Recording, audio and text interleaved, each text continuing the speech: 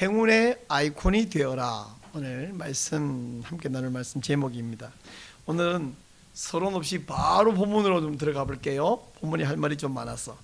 오늘 본문에 유두고라는 청년이 나오는데 한국 사람 같죠? 유두고 씨. 유두고 이 청년이 죽었다가 살아난 사건이 있고요. 그 사건의 의미를 말해주고 있습니다. 사람이 죽었다가 살아난 거, 이거 뭐 엄청난 특별한 사건이죠.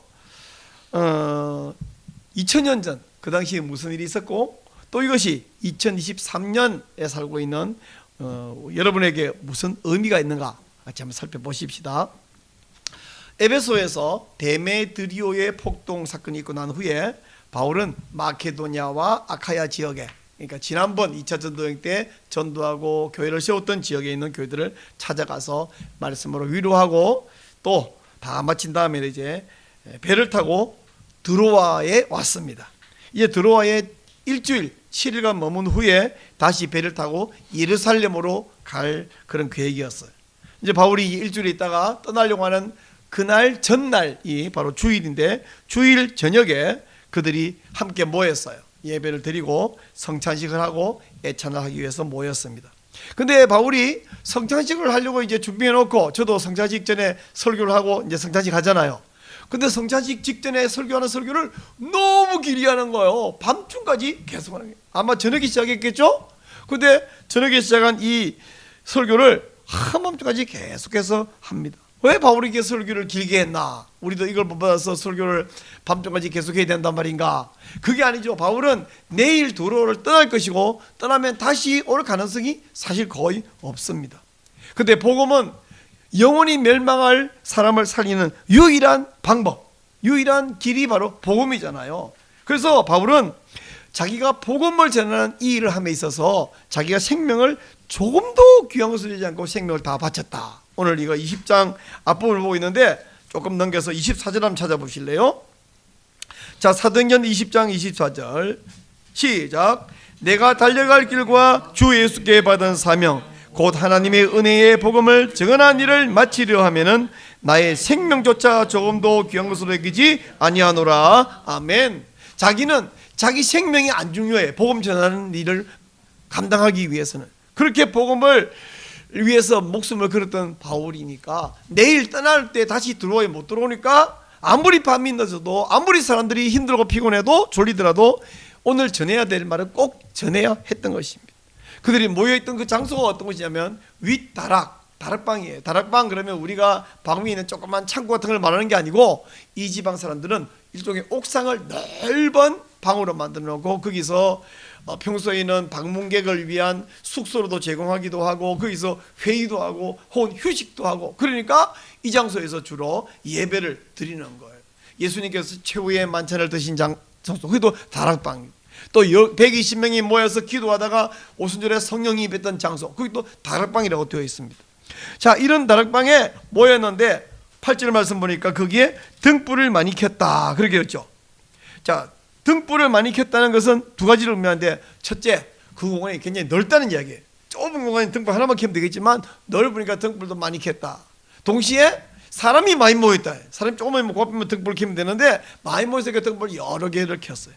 자, 여러분, 그 다락이 막 어마어마하게 넓은 것도 아니고 그래봐야 집 옥상방인데 사람이 많이 모이고 등불을 많이 켜면 어떤 일이 있냐면 빽빽이 붙었으면 더워져요. 또 등불 때문에 더워져요. 오랫동안 한 공간에 사람이 있어서 숨을 쉬면 산소가 결핍됩니다. 또 등을 많이 켜면 얘가 산소를 다 태워서 산소 결핍되면 어떻게 되느냐? 덥고 인구 밀도 많고 산소 부족하면 딱 졸음역이 참 좋습니다. 거기다가 지금 밤이 늦어지고 있잖아요. 얼마나 졸음이 오기 좋은 환경인지 몰라요. 근데 그 다락방에 모여있던 사람 가운데 한 청년인데 그의 이름이 유두고. 자, 제가 유두고 꼭 한국 사람 이름 같다고 했는데, 헬라어에서 유로 시작하는 이 많은 뜻은 좋다, 좋다는 뜻이에요. 그러니까 우리 이제 복음이 헬라 말로 유앙겔리온이거든. 유앙겔리온, 좋은 소식 이런 뜻이거든요. 근데 이게 유두고, 이 사람의 이름이 뜻이 뭐냐면 행운, 좋다 이런 뜻이에요. 그러니까 이게 사람 이름이니까 유두고는 우리식으로 말하자면 행운아예요, 행운아. 자, 이 유두고 이름이 행운아인데 원래 이름이 행운아로 지었는지, 아니면 이 사람이 죽었다가 살아난 이후에 이 사람이 행운의 아이콘이 되니까 그 사람 이름이 유두고 행운의 아이콘이라고 별명이 본명이 됐는지 잘 알 수는 없어요. 하여간 원래 유두고였는지 나중에인지 모르지만 이 청년은 그날 이후에 정말 교회의 행운의 아이콘이 되었습니다. 이러면서 여러분 모두가 다른 사람들에게 또 자신에게 여러분이 행운의 아이콘이 되시기를 축원합니다. 자, 그러면 어떻게 하면 행운의 아이콘이 될 수 있을까? 유두고처럼 죽었다가 살아나야 될까요? 유두고는 처음부터 오늘 내 죽었다가 살아나야지 결심했을까요? 자기가 떨어져 죽을 걸 예상이나 했을까요? 못했습니다. 자기가 순교 각오를 한 것도 없고 오늘 죽었다가 깨어나겠다 계획한 적이 없습니다. 그냥 유두고가 한 일이 한 가지예요. 졸려 죽겠는데 지금 여기서 설교 듣고 있을 상황이 아니야. 그런데 불구하고 그는 한 말씀 놓치지 않으려고 끝까지 버티면서 말씀을 귀 기울여 듣다가 졸아버렸다. 그러니까 졸아버린 것은 계획이 없었지만 졸기 직전까지 뭐 있어요? 한 말씀을 들어보려고 거기에 바울의 말에 귀를 기울였다는 것입니다. 여러분 마찬가지입니다. 여러분이 제가 행운의 아이콘이 되시기 바랍니다 그럴 때 여러분이 아멘 소리가 반밖에 안 나오는 이유는 그거 어떻게 하면 되는지 모르겠고, 혹시 행운의 아이콘 되기 위해서 내가 죽고 다 살아야 되나? 그래서 부담이 돼갖고 아마 아멘을 잘 못할 수 있는데, 여러분 행운의 아이콘이 되기 위해서 순교 각오할 필요가 없어요. 행운의 아이콘이 되기 위해서 그냥 내가 해야 되는 것과 할 수 있는 것에 최선을 다하면 돼요. 물론 조금 어려우면 그만둬버리고 할 수 없어요. 이건 안 되겠죠. 할 수 있는 최선을 다해서 좀 상황이 어렵고 힘이 들더라도 정말 힘에 겹도록 헌신할 때 행운의 아이콘에 가까워질 수 있을 줄로 믿습니다. 사실 그날 유두고는요 설교를 듣고 앉아있을 상황이 아니었어요. 그 당시에 로마의 노예 가운데 유두고 이런 이름이 많았대요. 왜 그런 이름을 노예에 붙였는지 모르겠는데, 그 유두고도 노예였을까 아니었을까는 모르겠어요. 원래 노예인지 모르는데 혹 노예였다면 얼마나 힘들었겠습니까? 그리고 노예가 아니었다 하더라도 그가 창에 걸터 앉아있다. 여러분 창에 걸터 앉아보세요. 편해요 안 편해요? 안 편해요. 잠이 와요? 오던 잠도 깼겠죠. 근데 거기서 깊이 졸아가지고, 졸면 앞으로 졸아요 뒤로 졸아요? 우리가 앞으로 졸죠 보통. 근데 뒤로 졸아가지고 다 떨어져 버렸습니다. 그 정도로 밤도 깊었어요. 몸도 피곤해요. 이 말씀 보면서 우선 이런 거 하면 안 됩니다. 첫째, 설교 시간에 졸다가 죽는 수가 있어 이렇게 정지하면 안 돼요. 지금 이 사람이 졸고 싶어서 졸은 게 아니고 안 졸려고 기를 쓰다가 졸았기 때문에 설교 시간 조는 거 비난하거나 정죄하는 것도 안 되고, 그렇다고 해서 설교 시간에 여러분 졸아도 상관없어요. 이 설교 시간 조는 걸 두둔해도 안 돼. 지금 다락방에는 사람이 많잖아요. 등불도 많이 켰잖아요. 날씨 덥고 산소 부족하고 졸기 딱 좋은 상태인데 안 졸려고 한 게 뭐예요? 사실 졸고 싶으면 어떻게 했냐면 창문에 걸터앉는 게 아니라 벽에 기대가지고 졸무대 설교 길게 언제 끝나겠지. 근데 그게 아니라 안 졸아보려고 신선한 바람이 들어오는 창틀에, 그것도 불편한 창틀에 걸터 앉아 있었어요. 근데 불구하고 졸았습니다. 그래서 우리가 이걸 보면서 이 사람이 졸지 않으려고 애쓰고 한 말씀, 사실 그 앉아가지고 말씀 듣고 있을 건강 모든 시간 상태가 아니지만 거기서 달아나는 것이 아니라 말씀 들으려고 애를 쓴 모습, 이걸 보면서 이건 우리가 정말 그런 노력과 결심은 배우고 본받을 필요가 있겠다 생각합니다. 설교 들을 상황이 아니에요. 예배 드릴 상황이 아니에요. 한 말씀 더 들으려고. 여러분 그렇다고 여러분이 졸리거든 창틀에 건터 앉으라 말은 아닙니다. 우린 건터 앉을 요새는 창틀이 없고요. 우리가 할 수 있는 거 예를 들면 있죠. 요즘 이 카페인 들어있는 커피가 어디나 있으니까 졸릴 것 같고 멈춤하면 요즘 믹스커피 한 잔 마시면 컨디션이 딱 좋아지잖아요. 이런 노력도 할 수 있고, 혹은 냉수를 옆에 갖다 놓고 홀짝홀짝 마시든지, 아니면 사탕 한 2개를 구해놓고 이렇게 먹으면서 할 수 있고. 그래봐도 안 될 때가 있어. 저도 그럴 때 있거든요. 이거 물을 마셔봐도 그때 한 가지 마지막 최고의 수단, 뒤에 가서 서 있으면 돼요. 서 있으면 안 졸리더라고요. 자, 지금 예수님 다음으로 위대한 설교자 사도 바울. 그러니까 이 사도 바울이 설교하는데 졸았다는 얘기는 설교가 형편없어서가 아니라 정말 중요한 신경 울리는 설교지만 그 상황이 너무 졸기 쉬운 상황이었습니다. 근데 바울의 설교 시간에 교인이 졸다가 차게 떨어져 죽어버리는 전무후무한 사건이 발생했어요. 새파란 청년 유두고. 뒤에 보니까 12절에 이 아이라고 되지. 이 아이. 그러니까 이 청년도 왜 뭐 한 우리로 말하면 30살짜리 청년이니까 하면 이제 막 19살, 7살짜리 청년도 있죠. 이 아이라고 한 거 보니까 아주 젊은 어린 청년이에요. 이 청년이 죽었으니까 유두고 자신은 물론이고 온 교회가 이거 끝장나게 생겼어요. 우리 한번 생각해 보세요. 예배드리다가 사람 죽었대. 그것도 졸다 떨어져 죽었대. 야, 이거 교회가 되겠습니까? 하지만 하나님께서는 예배드리다가 사람 죽어서 교회 끝장내기 하나님 계획인가요? 아니죠. 그래서 하나님이 바울을 통해서 적극적으로 그 청년을 살렸습니다. 사도 바울은 보니까 떨어졌다. 그러니까 막 사람들이 으악 소리 지르고 이제 어떡하냐, 막 죽었냐, 살았냐, 어떻냐, 막 이름 부르고 얘 걔 누구 집 아들이냐, 뭐 난리 났었겠죠. 바울이 쫓아 내려갔습니다. 그리고는 뭐했냐? 아이 위에 엎드렸어요. 이 아이 위에 엎드렸다는 말을 딱 들을 때 여러분은 모르겠지만 저는 생각납니다. 수넴 여인의 아들을 엘리사가 살릴 때 바로 아이 위에 엎드렸어요. 그 행위는 왜 그렇게 해석할 때 자기 몸 그대로 아이 위에 엎드려서 내게 있는 생명을 이 아이에게 준다라는 어떤 상징적 행동이죠. 우리가 뭐 죽은 사람 위에 내 눈, 코, 입을 갖다가 포개면 살아나지는 않습니다만은 그렇게 함으로써 생명을 이 아이에게 전해준다는 생각인데 그때 수렘 여인 아들이 살아난 것처럼 바울도 그대로 했더니 이 아이가 살아났어요. 바울이 조용히 해라. 시끄럽게 떠들지 마라. 아이 살았다. 이렇게 말합니다. 자, 아이 살았다 그러고 그 다음에 무슨 행동이 있다는 말은 없고 다시 올라가서 이제 떡을 떼고 그리고 날이 셀 때까지 이야기하다가 떠났다라고 말하고 있습니다. 여기서 떡을 뗐다, 빵을 뗐다는 말은 두 가지 의미예요. 성찬식과 애찬. 그러니까 아까 원래 성찬식 하려고 모였는데 바울이 설교를 너무 길게 했죠. 언제까지? 애가 떨어져 죽을 때까지. 그리고 이제 유두고가 죽고 내려가서 설교를 멈추고 뭐 이러다가 지체가 많이 돼서 이제 드디어 성찬식을 했습니다. 그리고 이제 애찬도 나누었어요. 여러분 지금 좀 전까지는 난리가 났는데 죽었던 애가 살아나니까 원래 살아있었던 데는 아무 문제 없는데 죽었다가 살아난 건 이건 엄청난 거죠.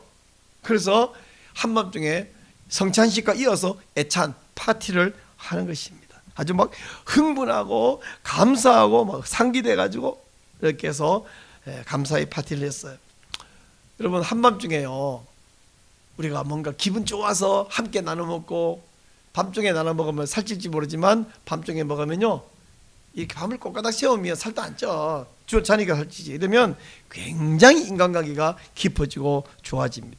하여간 바울이 원래는 새벽까지 설교할 계획은 아니었어요. 그냥 성찬식이라 또 설교를 좀 길게 했을 뿐인데 근데 이 아이가 떨어져 죽었다가 살아난 일이 벌어지니까 뭐 서로 여기 대해서 이야기하고 뭐 흥분하고 아까 졸렸던 교인 또 있었겠죠. 유두고 말고. 근데 지금 졸음이 어떻게 됐어요? 싹 전 교인이 조금 싹 달아나고 잠잘 기분일까요? 아닐까요? 지금 집에 자러 가자 이런 분위기가 아니야. 지금 아무도 안 가는. 그래서 새벽까지 바울도 이야기하고 교인들도 아마 이야기했을까요? 새벽까지 이야기하고 떠나갔습니다. 자, 유두고가 죽었다가 바울이 내려가서 바로 끌어안고 엎드렸더니 살았다. 이걸 보고 또 어떤 사람은 이런 사람이 있어요. 그 유두고가 사실은 죽은 게 아니라 기절했다가 좀 이따 깬 거예요. 근데 그렇게 말한 건 굉장히 무식한 소리다. 왜? 지금 아이를 일으켜 보니까 죽었더라. 이 말을 한 사람이 누구냐면 누가예요. 누가라는 사람은 의사예요.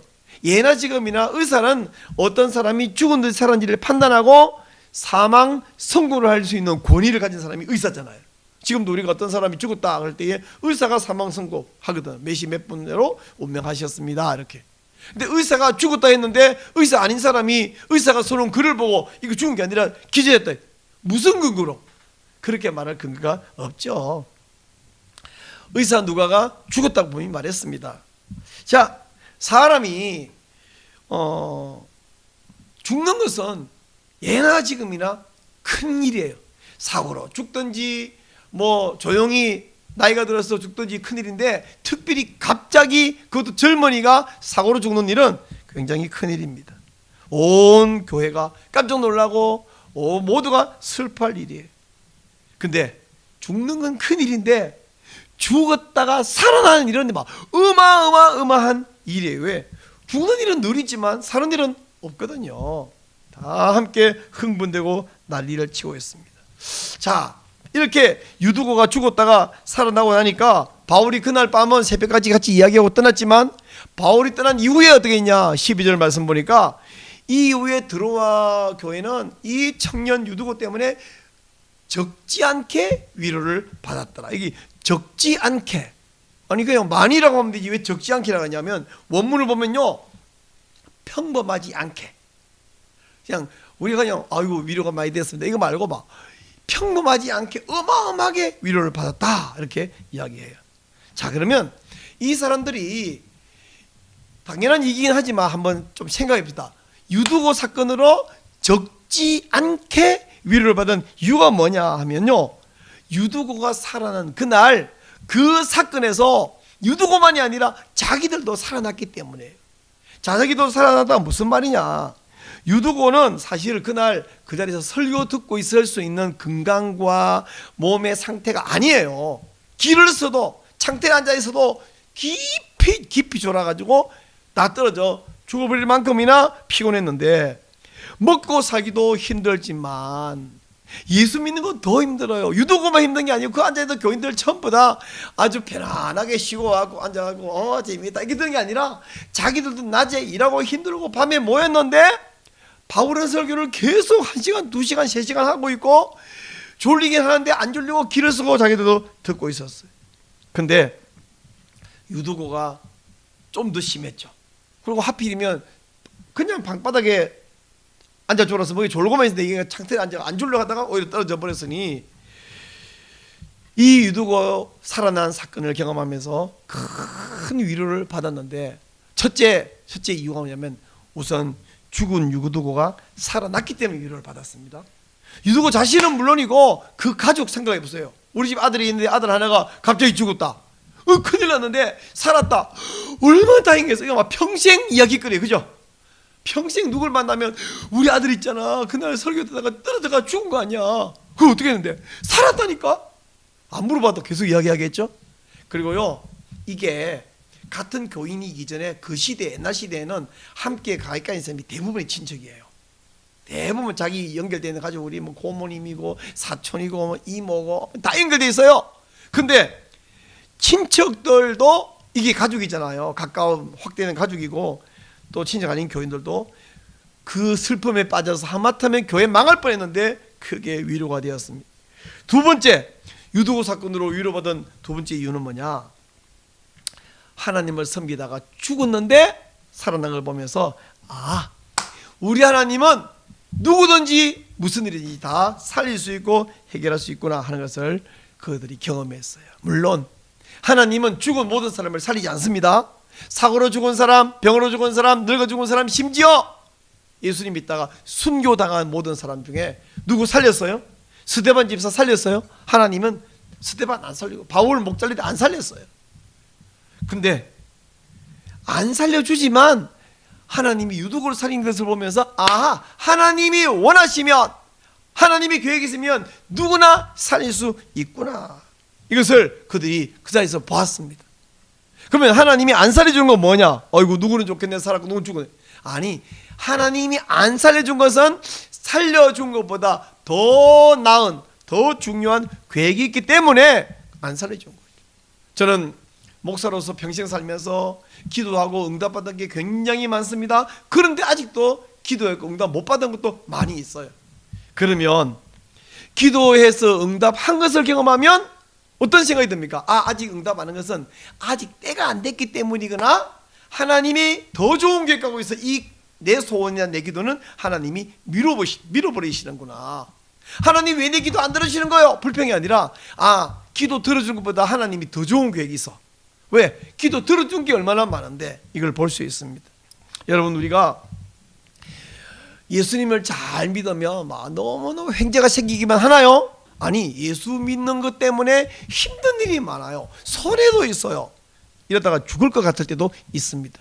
그러나 이런 염려 옛날도 있고 지금도 있는데, 죽은 사람을 즉석에서 살릴 수 있는 하나님이시라면 예수 믿느라고 내가 어떤 손해나 실패나 무슨 사업에서 부도가 나든지 시험 쳤다가 낙방하든지 혹은 아픈데, 사실 뭐 조금씩 안 아픈 사람 없지만 크게 아픈데 하나님이 왜 빨리 치료 안 해주시는가?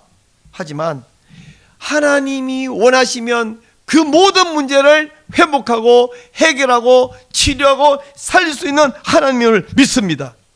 만약에 하나님이 내 기도를 아직 안 들어주시면, 만약 하나님이 회복 안 시켜주면 무능해서가 아니에요. 무능해서가 아니라 하나님이 지금 들어주지 않는 이유가 있습니다. 그 이유는 반드시 내가 소원하는, 내가 기도하는 것보다 더 선한 줄로 믿습니다. 그러므로 여러분, 예수님 믿다가 어떤 아픔이나 어떤 실패나 어떤 어려움을 당할지라도 주님은 전능하시고 죽어도 살릴 수 있고, 만약 죽은데 안 살리면, 만약 아픈데 아직 치료 안 하지만 만약 실패하면 주님이 더 큰 좋은 계획이 있다는 사실을 믿으면서 위로받으시기를 축원합니다. 자, 그들이 이 유두고 사건을 통해서 위로받은 세 번째 이유는 뭐냐면, 이 땅 생명이 끝나면 영원한 천국을 주신다는 그 약속에 대해서 확신을 가졌기 때문이에요. 자, 지금 보세요. 눈앞에서 죽은 사람을 바울을 통해서 살리신 하나님이시라면 저 바울을 통해서 우리에게 주신 복음, 그 천국 약속도 다 믿을 수 있겠구나 하는 확신을 가졌어요. 사실 여러분, 우리가 기도 제목이 많아요. 건강하기를 원합니다. 빨리 태어나기 원합니다. 또 시험 합격하기 원합니다. 계급 승진하고 올라가기 원합니다. 돈 좀 많이 벌기를 원합니다. 다 소원이 많아요. 근데 그 모든 소원이 다 좋은 것이지만 그건 전부 다 한계가 있습니다. 왜 한계가? 아무리 가지고 이루고 성공을 해도 끝이 없더라는 거죠. 박사학위만 받으면 다 되나요? 박사학위 못 받은 사람은 그게 얼마나 소원이지만 박사학위 받고 보니까 교수들은 야 존경받고 좋겠네. 아니에요. 누구는 같이 교수인데 누구는 학장되고 총장되고 자기는 못 된 거예요. 이게 끝이 없는 거예요. 그리고 겨우 총장 되고 보니까 내일 모레 은퇴야. 끝이 없어. 그래서 뭔가를 알면, 뭘 좀 알면 어떻게 되냐, 내가 이렇게 모르는 게 많구나, 거기 가는 것이고요. 돈이 1,000만 원이 필요해서 겨우 1,000만 원 만들어 보니까 1,000만 원 딱 만들기 어떻게 해봐요? 9,000만 원이 부족하네. 그러니까 더 힘든 거예요. 그러니까 끝이 없고 한계가 있다는 이야기를 하는 것입니다. 우리가 좀 더 소유하면 좋을 것 같잖아요. 한 1억을 소유하면 좋을 것 같은데 1억을 딱 소유하면 9억만 더 있으면 좋겠는데 이런다고. 그러니까 이게 내 행복을 보장하는 게 아니야. 부자가 되면 좀 편리할 수 있겠지만 그런다고 행복해지는 것은 아니지. 제가 요즘 가정에서 매일 우리 가정 예배 때마다 이사야서를 한 장씩 읽으면서 뭘 발견했냐면, 이사야는 하나님께 불순종하는 이 백성들에게 심판을 경고하면서 동시에 하나님이 회복하실 위로를 계속 선포하고 있습니다. 근데 그 회복의 내용이 보니까 표면적으로는 유다 나라의 회복을 이야기하는데 내용으로 들어가니까 유다 나라 회복이 아니야. 그 내용 가만히 들여다보니까 장차 아직 초림하지도 않은 한 700년 후에 오실 예수님, 그 메시아 때를 지나서 그 메시아의 재림 때 있을 천국의 이야기를 하고 있는 거예요. 결국 유다 나라 백성들에게는 아수르가 물러가고 바벨론이 물러가고 유다 나라가 회복되는 것이 소원이겠지만 그걸로는 이루어지지가 않아. 그걸로는 해결되지 않아. 진짜 해결된 것은 뭐냐면 예수님의 재림으로 말미암은 오는 천국, 영생복락의 나라, 그것만 그들에게 진짜 오는 해결. 그래서 이사야서 읽으면서 자꾸만 요한계시록에 나타나는 표현들을 자꾸 발견해요. 그러니 우리에게 있는 진짜 해결은 예수님의 재림밖에 없다는 것을 보는 것입니다. 여러분, 평소에는요, 우리 다 예수님 믿고 천국 믿잖아요. 여러분 믿죠? 근데 그 천국이 가까이 느껴져요? 저 멀리 느껴져요. 자꾸 멀리 느껴져요. 가까이 느껴지는데, 근데 언제 천국이 가까이 느냐면 이런 유두고 사건 같을 때. 근데 우리는 유두고 사건 같은 건 없어. 죽었다 사는 일 없는데 그동안 막 힘들다가 좋은 일이 탁 생길 때, 야, 맨날 월세방 돌아다니다가 아파트 당첨돼갖고 딱 자기 집에 이사한 사람이요, 신방 갔더니 자기 잠이 안 온대. 왜냐했더니 너무 좋아갖고 자다가 일어나서 막 벽을 이렇게 막 쓰다듬어 만지고 이런데 이게 내 집인가 하고 이제는 이사 안 다녀야 되겠구나.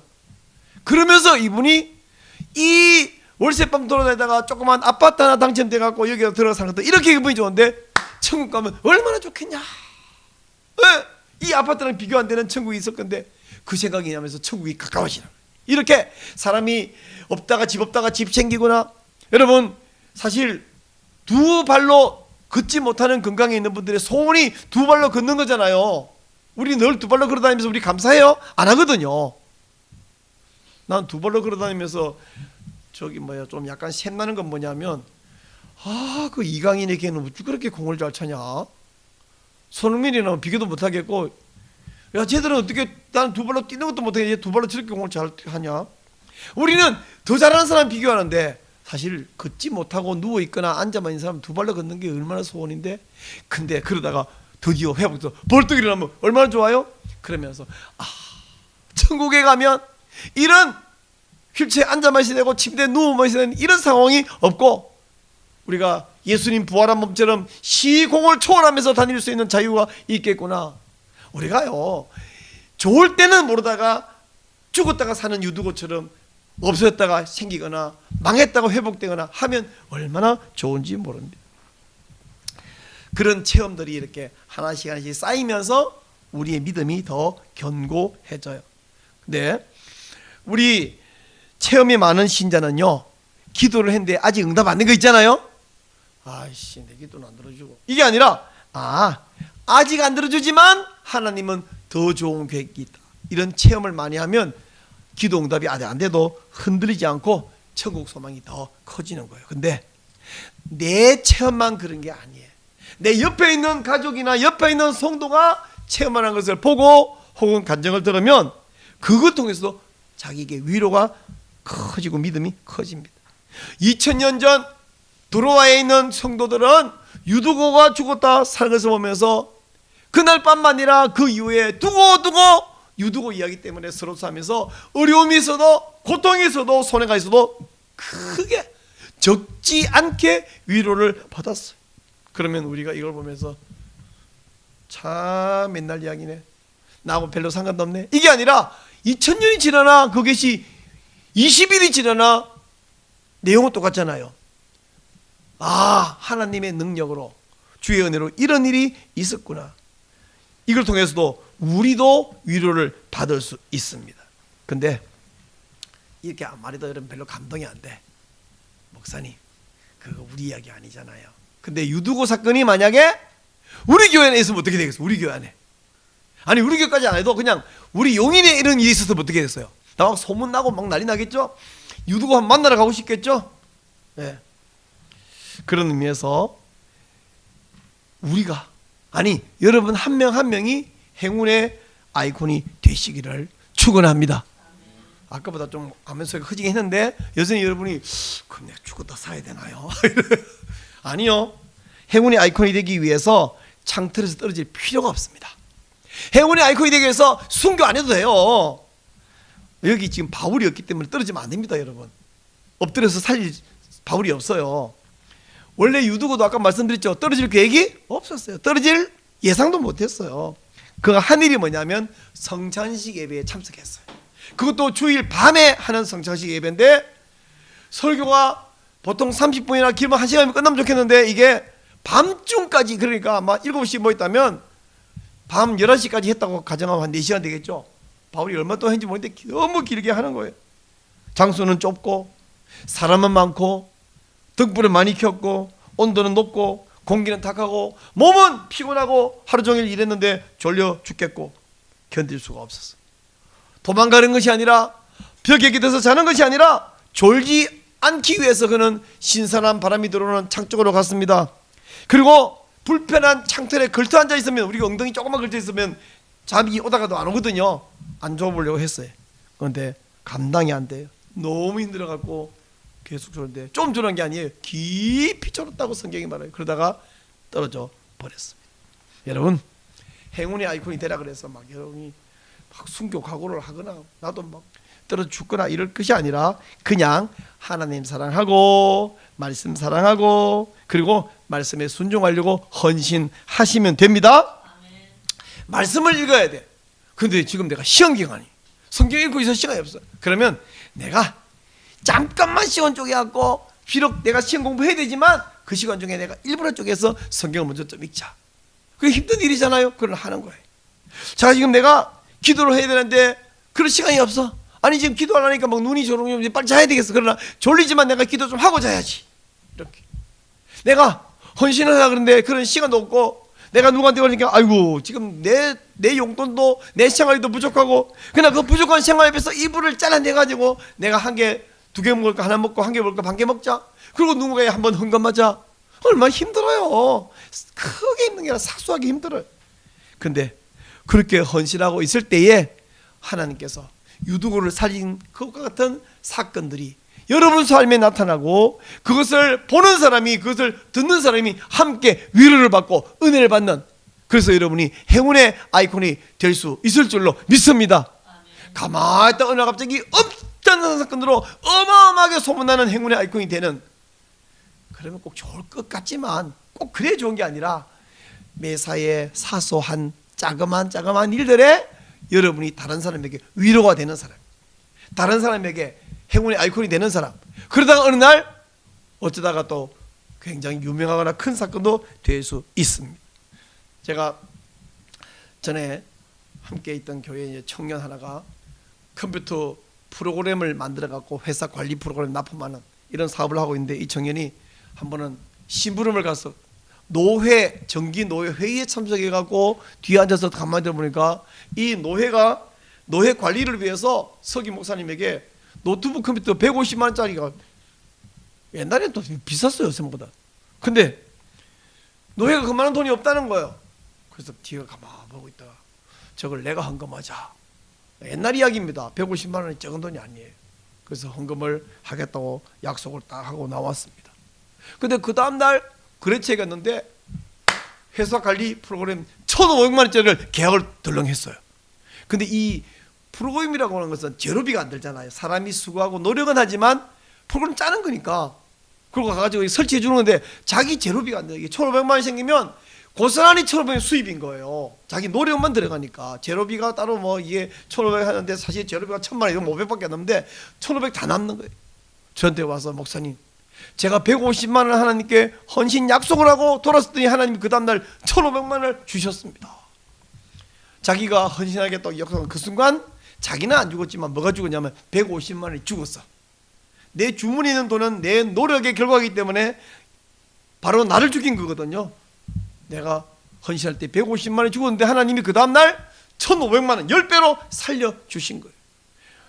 자, 이 이야기를 제가 하는 이유는 오늘 우리가 뭐 정말 창틀에 죽었다가 사는 것만이 아니라 내가 헌신하면 내 시간 일부가 죽어요. 내 돈 일부가 죽어요. 내 명예 일부가 죽어요. 근데 내가 죽으면 하나님을 위해서 죽으면 하나님이 그 다음 그래서 10배도 살려주시고 때로는 필요하면 100배도 살려주시고 그것이 바로 다음날 살아나는 것은 극적이어서 눈에 띄지만 이게 다음날이 아니라 한 몇 달 후든지 심지어는 몇 년 후에 10배가 아닌 10배가 아닌 100배로도 살려줄 수 있는 거죠. 하나님을 위해서 꼭 떨어 죽을 필요 없이 말씀 사랑하고 말씀 듣고 말씀 읽고 말씀에 순종하려고 헌신할 때에 주께서 여러분을 회복시켜 주시고 살려주시고 그리고 행운의 아이콘으로 삼아주실 줄로 믿습니다. 이래서 오늘 말씀의 제목이 행운의 아이콘이 되어라 인데 이 말씀 듣고 죽었다 살아나 있는 것이 아니라 그냥 여러분이 하고 있는 그 일에 최선을 다해 헌신할 때에 하나님이 영광을 받으시고 나에게 감사가 넘칠 뿐 아니라 우리 교회에 우리 가족에게도 행운의 아이콘 될 수 있을 줄로 믿습니다. 이런 의미에서 여러분이 행운의 아이콘이 되시기를 축원합니다.